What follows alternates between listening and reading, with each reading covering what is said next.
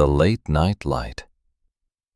Every night, at exactly 10 o'clock, one small light turned on. It was in the corner store on Maple Street. The store was closed. The door was locked. The shelves were dark. But the light in the front window always came on, warm and steady, like a little candle behind glass. Emma noticed it on her first week in the neighborhood.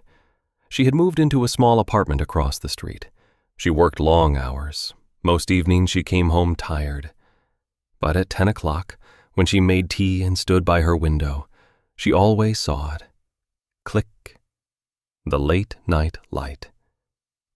At first Emma thought it was a mistake. Maybe the owner forgot. Maybe the light was on a timer. Maybe it was for security. But it happened every night. 10 o'clock. Always. Emma began to wait for it. She didn't tell herself that. She pretended she didn't care.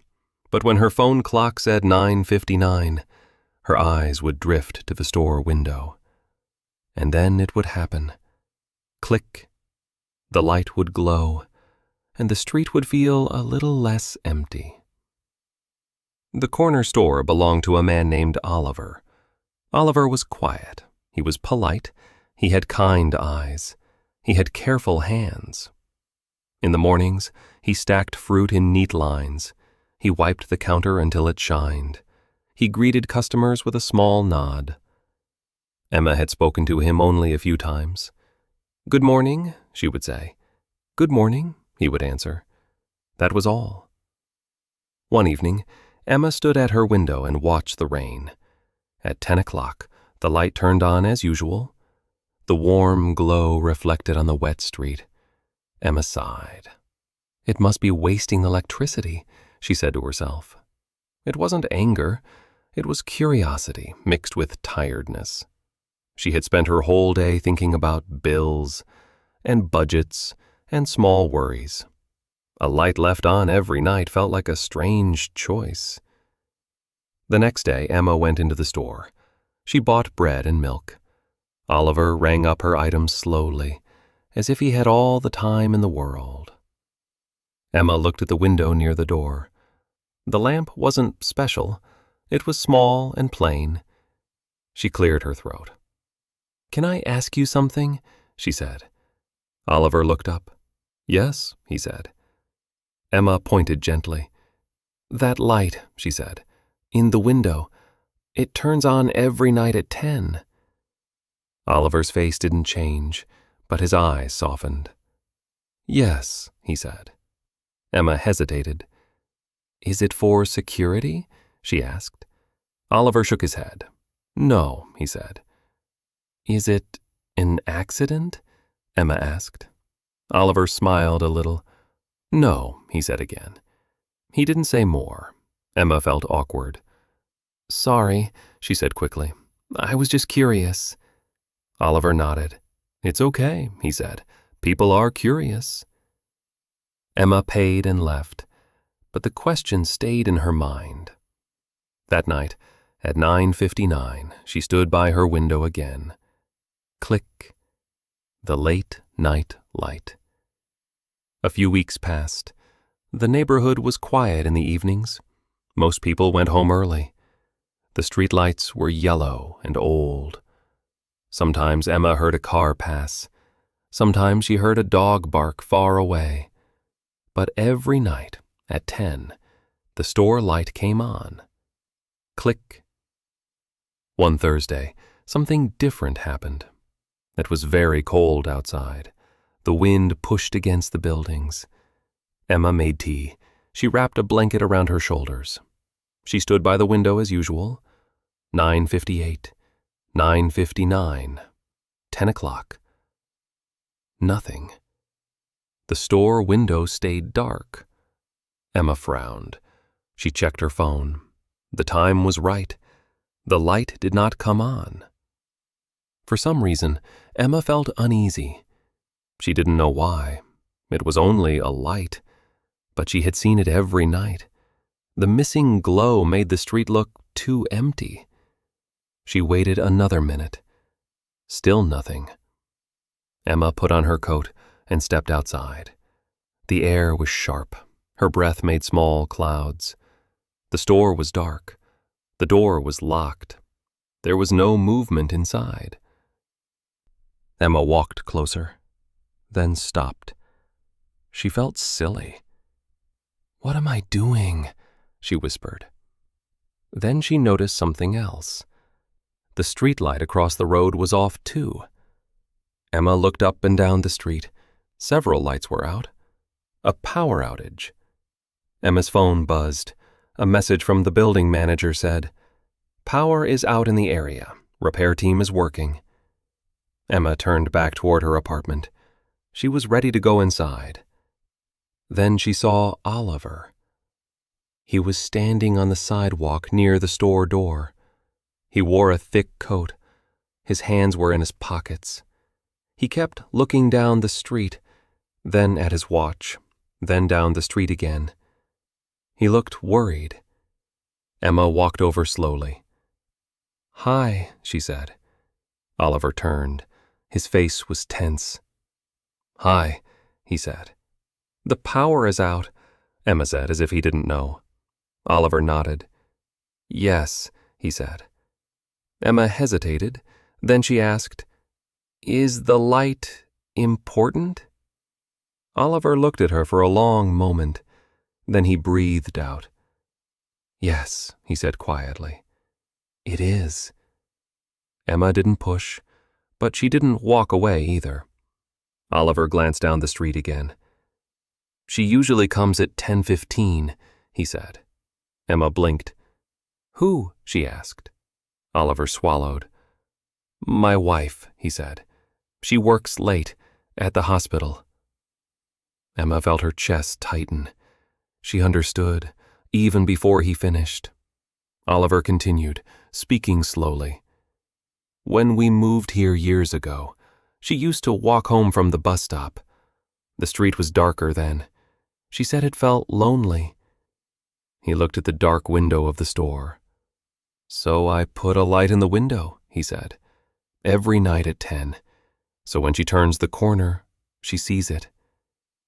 Emma's throat felt dry. "So it's a signal," she said. Oliver nodded. "Yes," he said. "It says, 'I'm here. I'm awake. You are safe.'" Emma looked at the dark street. The wind made the trees shake. Oliver's voice got softer. "Sometimes she is very tired," he said. "She doesn't want to talk. She just wants to see the light and know she is not alone." Emma didn't know what to say. A light, a promise. Oliver checked his watch again. "But tonight," he said, "it's dark." Emma thought quickly. "Do you have a flashlight?" she asked. Oliver looked surprised. "In the store," he said. "But the store is locked," Emma said. Oliver nodded. "Yes." Emma looked around. Across the street, the entrance of her apartment building had a small emergency light. It was weak, but it worked. Emma pointed. "That light," she said. "In our building hallway. Can you see it from the corner?" Oliver looked. "Maybe," he said. Emma took a step toward her building. "Come," she said. "Let's check." They walked together. Emma opened the door. She stood in the hallway. The emergency light made the walls look pale. Oliver stood outside and looked from the sidewalk. He shook his head. "Not enough," he said. "Not from far away." Emma felt frustrated. She wanted to help, but she didn't know how. Then she remembered something. Emma went upstairs quickly. She came back down with a small battery lamp from her kitchen. She used it when she camped in summer. She turned it on. The light was bright and warm. She held it up near the glass door of the building. Oliver's eyes widened a little. He stepped back. He looked toward the corner of the street. "Yes," he said, "that can be seen." Emma smiled. "Good," she said. "Then we can make a light." Oliver stared at the lamp, like he couldn't believe it was real. He looked at Emma. "Thank you," he said. and his voice sounded rough. Emma shrugged gently. "It's just a lamp," she said. Oliver shook his head. "No," he said quietly. "It's not just a lamp." They waited. The street was dark, but now the building door glowed softly. 10:10, 10:15. Then Emma saw a figure at the end of the street. A woman walked fast. Her shoulders were raised against the cold. She turned the corner and slowed down. Her eyes went straight to the warm light at the building entrance. She stopped for 1 second. Then she smiled. Even from far away, Emma could see it. The woman walked toward them. When she reached the store, Oliver stepped forward.